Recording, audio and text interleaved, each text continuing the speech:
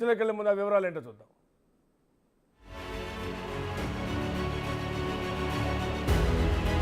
చాలా రోజుల తర్వాత ఆంధ్ర పాలిటిక్స్ మళ్లీ హీటెక్కాయి. ఎందుకు సీఎం చంద్రబాబు తీసుకున్న నిర్ణయమే కారణం.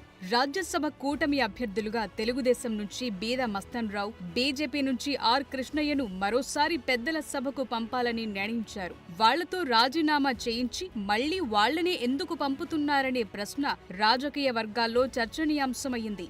అయితే వీళ్లను అభ్యర్థులుగా ప్రకటిస్తూ రిలీజ్ చేసిన స్టేట్మెంట్లో నాగబాబును మంత్రివర్గంలోకి తీసుకునేందుకు నిర్ణయించామంటూ స్వయంగా సీఎం చంద్రబాబు ప్రకటించడమే స్టేట్ పాలిటిక్స్ ను ఊపేస్తోంది.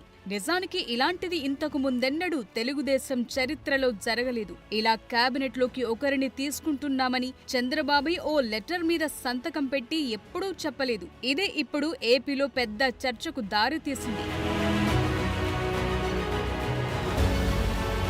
వాస్తవానికి ఎవరినైనా కేబినెట్లోకి తీసుకోవాలని నిర్ణయం తీసుకుంటే వాళ్లు ప్రమాణ స్వీకారం చేసే ముందు వరకు కూడా ఎవ్వరికీ తెలిసేది కాదు. కానీ చంద్రబాబు నుంచి ముందే ఇలాంటి ఓ ప్రకటన రావటం చూస్తుంటే అనేక రకాలుగా చర్చ నడుస్తోంది. నాగబాబు పేరు పెట్టడం వెనుక ఏం జరిగిందనేది ఇప్పుడు అందరి మదిలో ఉన్న డౌట్. నిజంగా పవన్ అంత స్ట్రాంగ్ గా ఉన్నాడా, లేక పవన్ కోసం ఏదైనా చేసేందుకు చంద్రబాబు సిద్ధంగా ఉన్నారా అనే అనుమానాలు కూడా వ్యక్తమవుతున్నాయి. అంతేకాదు ఎవరిని కంట్రోల్ చేస్తున్నారనే ఊహాగానాలు కూడా ఎక్కువయ్యాయి.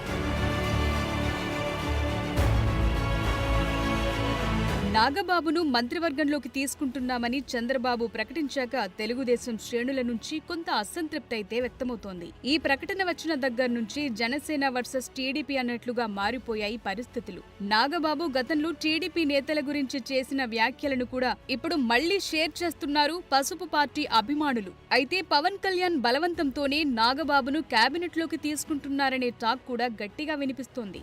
రాజ్యసభ టికెట్ను కాకినాడకు చెందిన సానా సతీష్ కిచ్చే విషయంలో మడతపేచి పెట్టిన పవన్ రాజీ పడాలంటే తన పార్టీకి అదనంగా మంత్రి పదవి ఇవ్వాలని డిమాండ్ చేశారట. అది కూడా తన అన్నకే ఇవ్వాలని కోరారట.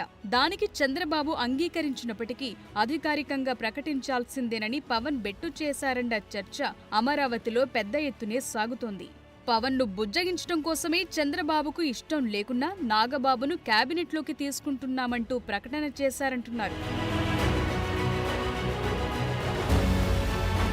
ఇదిలా ఉంటే పవన్, నాగబాబు ఇద్దరు సొంత అన్నదమ్ములు. వాళ్ళిద్దరూ ఒకే పార్టీ నుంచి కేబినెట్ లో ఉండటం కూడా అరుదైన ఘటనగానే చూడాలి. అందువల్లే ఇప్పుడంతా దీని గురించే మాట్లాడుకుంటున్నారు. పైగా ఇది వైసీపీకి కూడా విమర్శనాస్త్రంగా మారే అవకాశం ఉందంటున్నారు. ఇప్పటికే నాగబాబు కేబినెట్ ఇష్యూ తెలుగుదేశం జనసేన కార్యకర్తల మధ్య ఓ మినీ వార్ కు దారితీసింది. మరి దీన్ని చంద్రబాబు ఎలా చల్లారుస్తారనేది ఆసక్తిగా మారింది.